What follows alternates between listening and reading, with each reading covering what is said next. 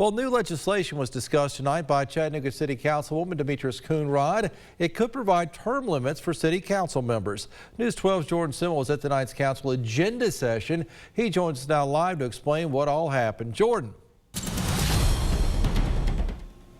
Andrew, good evening. Thank you. The ordinance would set term limits to 4 consecutive 4-year terms for Chattanooga's council members. And Coonrod believes the move could also revitalize the drive to vote for some in the scenic city.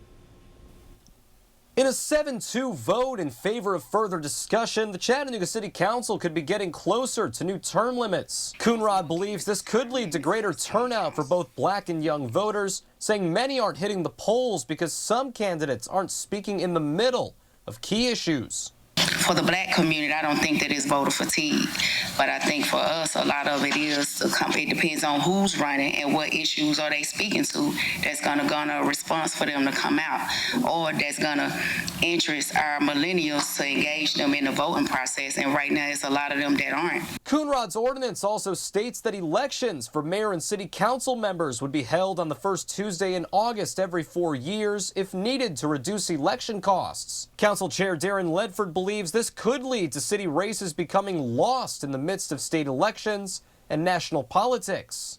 We're going to be a roll-off. I mean, that's a term that means an afterthought. I think we are doing a disservice to those who are interested in local issues by trying to compete with presidential elections and state election. I think that defeats the purpose. Coonrod says the city is already lost to greater political interests throughout both the state and country. Regardless of whether term limits become official or not, she's grateful that conversations regarding them are happening. We can't continue to keep coming around election time and posing the question saying why black people don't want to come out and vote, why our young people aren't registered in the vote.